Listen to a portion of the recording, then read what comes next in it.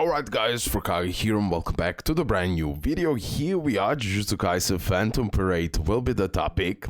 Now already so many of you asked me on the live stream or in the comment section below, what now? When we know that second anniversary units, at least for now for JP, but that will happen on global, probably on the after Blue Utah leaves, and then we're gonna get an actual part 2 of first year anniversary, because currently now we're in part 1 and we have waves. Keep that in mind. At least that is something that we could conclude for now. Anyways, summoning guide. I will talk about from my perspective. It really depends what you currently have on your account. It really depends how many cubes you have. Are you free to play? Are you pay to win? So doing this isn't exactly super easy, but from my perspective, I believe you could learn a lot, or at least it can be helpful for you to decide.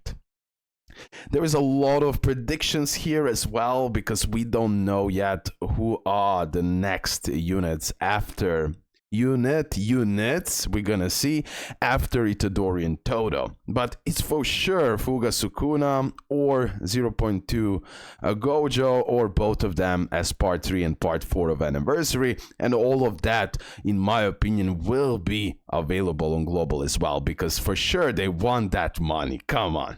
Anyways, I created here a tier list. Must, godly, best blue DPS by far, hard to skip, broken, red DPS if not needed you can skip, broken, green DPS if not needed you can skip. But please watch the video, so because I'll explain everything in much more details. And here I have skip, the ones you should not summon, especially if you're a free-to-play player. This is mainly summon guide from free-to-play perspective.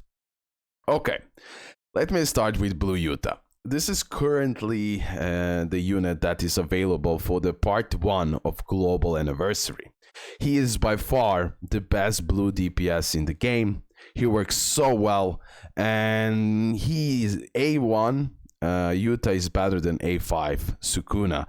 Keep that in mind, put that in perspective. Now, I personally am a free-to-play player who has roughly over 60k cubes. Definitely I have so much more to grind, and easily I can get to 70-75k, especially in the upcoming weeks. So I have for a full pity. Here, Blue Utah, I put in godly, best blue DPS by far, hard to skip.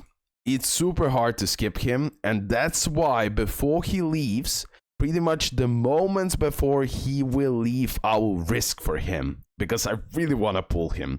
I won't go all in, but I'll risk like few multi-summons, and we're gonna see. Because since I'm a free-to-play and I have over 70,000, will have over 70,000 cubes, I want to be ready for the potential Fuga Sukuna and or 0.2 Gojo. And these two units that are pretty much the prediction will be the game-changing units for sure. I truly believe Itadori and Toto are just the start, even though both of them are broken, guys. Broken for sure. Anniversary units, no doubt in my mind. But still, me personally, I'll prioritize potential Fuga Sukuna and 0.2 Gojo, because they will destroy, and probably they'll be the typings I really need. So this will be my strategy. Will risk to summon Blue Utah, because it's really hard to skip the best blue DPS, but at the same time I want to be ready for this to Fuga Sukuna or Gojo or both. I want to be ready. I don't want to screw that up. As a free-to-play, I believe they'll be pure game-changing units. But again, you have to decide for yourself. This is based on my own thoughts, predictions, and logical conclusions. Skip. I am definitely skipping, and you should as well skip this, because JJK 0 rerun banner. This is something that is dropping right now on global this Friday. Please don't use your cubes. We're gonna get 10 summons from story event.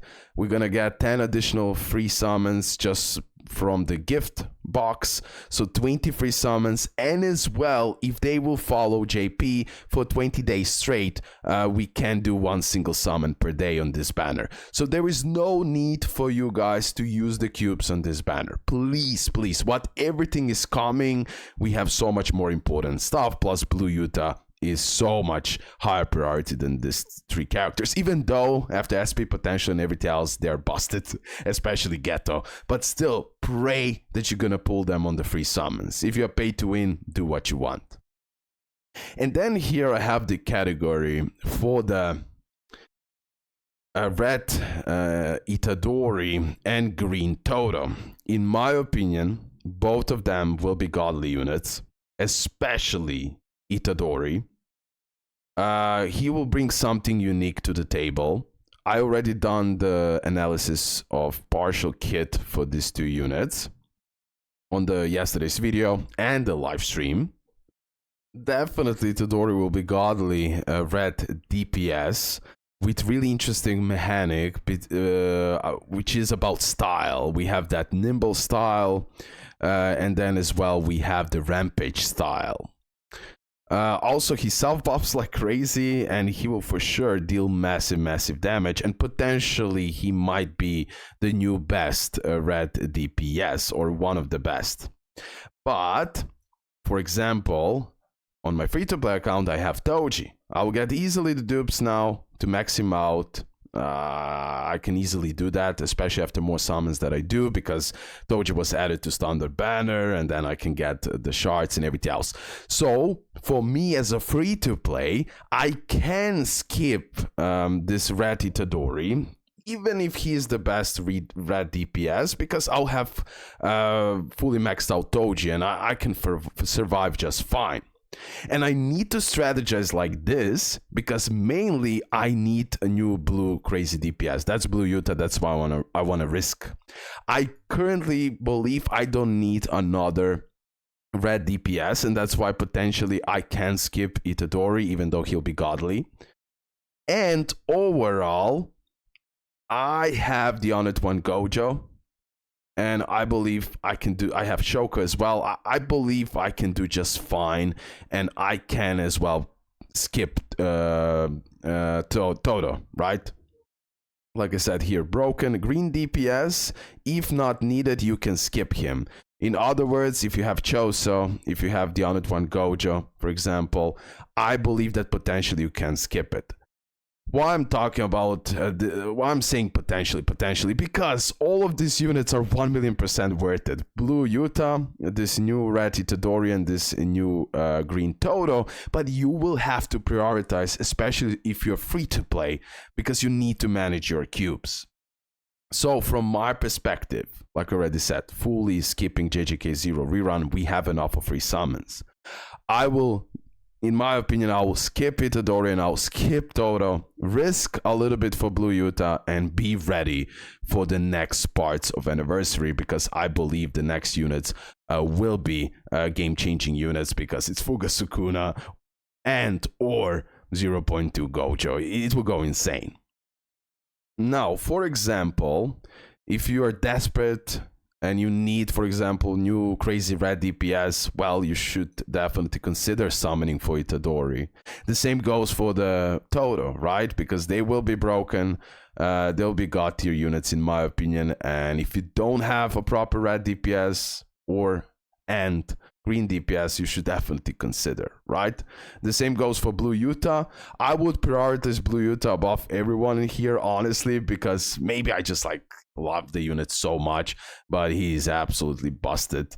And especially if you're missing some proper blue DPS, Utah is the way to go.